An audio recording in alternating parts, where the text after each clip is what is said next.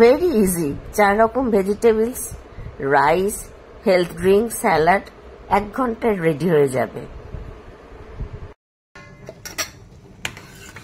আম দিয়ে টকের ডাল চলছে এদিকে, পটল ভাজা।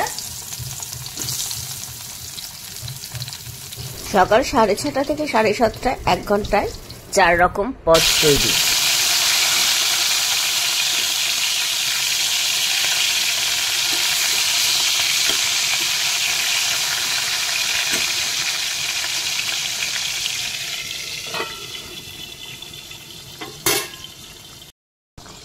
একদম কড়াই থেকেই আমি লাঞ্চ বক্সে তুলে ফেলি।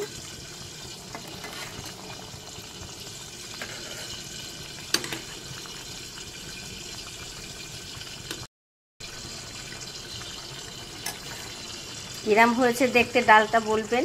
যে পটল ভাজাটা হয়ে গেছে, আমি কালো জিরে আর কাঁচা লঙ্কা ফোড়ন দিয়ে নিলাম। নিয়ে এবার তাতে আমি ঢেঁড়স ভাজাটা করে নিলাম। এদিকে তেলটা গরম হয়ে গেছে, আমি আলু দিয়ে দিলাম। রান্নার পাশাপাশি আমি লাঞ্চ বক্সটাকে রেডি করতে থাকি, যাতে একই টাইমের মধ্যে যত তাড়াতাড়ি পুরো কাজটা কিচেনের কমপ্লিট করে বেরিয়ে যেতে পারি। একটা অসাধারণ ম্যাঙ্গো রেসিপি আপনাদের সাথে কোনো একদিন শেয়ার করব। মানে এটা কম্পালসারি আমার হাজব্যান্ডের লাঞ্চ বক্সে যায়, কারণ ওর অফিস কলিগরা সবাই খুব পছন্দ করে। আমি এটা বানিয়ে ফ্রিজে রেখে দিই আর রোজ একটু করে ওর লাঞ্চ বক্সে দিয়ে দিই। ভাজা হয়ে গেছে, আমি এর মধ্যে বাঁধাকপি দিয়ে দিলাম। তার সাথে আমি সয়াবিনটাও দিয়ে দিলাম, কারণ আমাকে খেয়াল রাখতে হয় অফিসের ননভেজ অ্যালাউ নয়।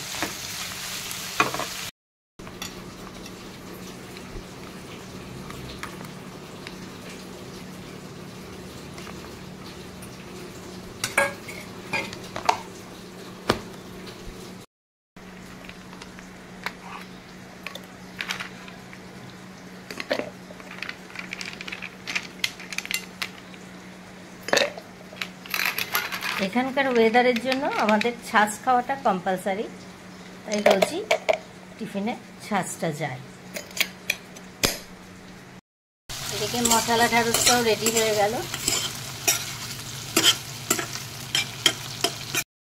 বাঁধাকপিটাও হয়ে গেছে। যেহেতু অসময়ের বাঁধাকপি, তাই আমি একটু চাইনিজ ফ্লেভারে করেছি, তাতে পুরো আমাদের বাঙালি রান্নার সাথে এই রান্নাটা একটু অন্যরকম হলে মুখের স্বাদও ফিরবে, আর সয়াবিনটাকেও খুব টেস্টি করে দেবে, আর বাঁধাকপিটাও অন্যরকম স্বাদে হলে যিনি খাবেন তারও খেতে ভালো লাগবে।